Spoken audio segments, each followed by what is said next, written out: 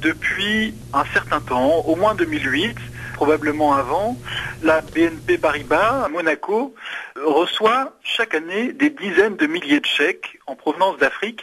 Et ce que l'on reproche à BNP Paribas, c'est de ne pas avoir été très attentive à l'origine de ces fonds. Que nous avons trouvé, et ça c'est un rapport de l'inspection générale de la BNP Paribas elle-même, donc un rapport interne qui le dit, c'est que, en tout cas concernant Madagascar, le Gabon, le Burkina Faso, le Sénégal, et en fait une vingtaine de pays d'Afrique au total, chaque année, des chèques émis par des ressortissants français sur le territoire africain étaient renvoyés, à l'insu des émetteurs du chèque, vers les comptes à BNP Paribas Monaco.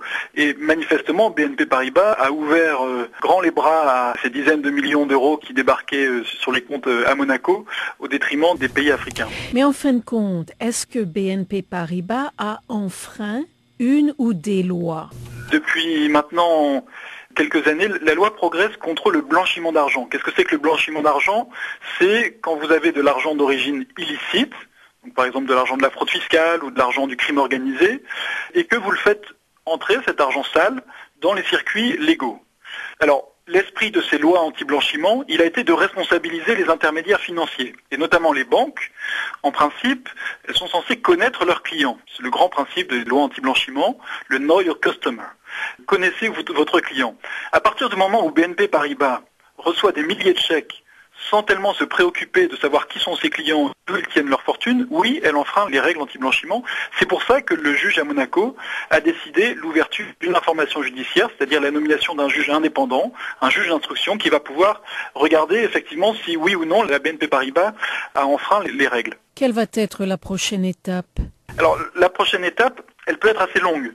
C'est-à-dire qu'on a donc appris qu'il y avait 21 pays africains d'où sont pillées ces richesses. Le juge, ce qu'il va devoir faire, c'est à la fois regarder si, oui ou non, il y a eu des déclarations de soupçons de la part de BNP Paribas, c'est-à-dire est-ce qu'ils ont été vigilants, oui ou non? Manifestement, ils ne l'ont pas été. Et la deuxième chose qu'il va devoir regarder, c'est d'où proviennent ces fonds. Est-ce que c'est des fonds d'origine légale? Ou est-ce que c'est des fonds qui ont échappé au fisc de Madagascar, du Gabon ou autre? Est-ce que c'est éventuellement de l'argent du crime organisé? Et là, pour le coup, ça ouvre un champ extrêmement vaste. C'est-à-dire que le juge va envoyer des demandes d'entraide judiciaire à une vingtaine de pays d'Afrique pour savoir d'où viennent ces fonds. Donc là, ça peut prendre éventuellement des années. Il y a toujours eu une contradiction entre le fait que l'on dénonce la corruption à travers le continent africain et le fait que une partie des fruits de la corruption est rapatriée vers l'Europe. Et en fait, on a toujours eu un peu le sentiment qu'il y a une certaine hypocrisie là. Alors justement, du point de vue d'une association comme Sherpa, le fléau, c'est bien cette fuite des capitaux au détriment des pays africains. Alors c'est toujours des estimations, mais on chiffre à 850 milliards de dollars les capitaux qui fuient les pays en développement d'une façon générale. Alors évidemment l'Afrique là-dedans, ça n'est pas l'intégralité des pays en développement, mais ce sont des montants absolument faramineux qui fuient au détriment des populations. On a vraiment un continent qui est pillé. Alors il est pillé par qui?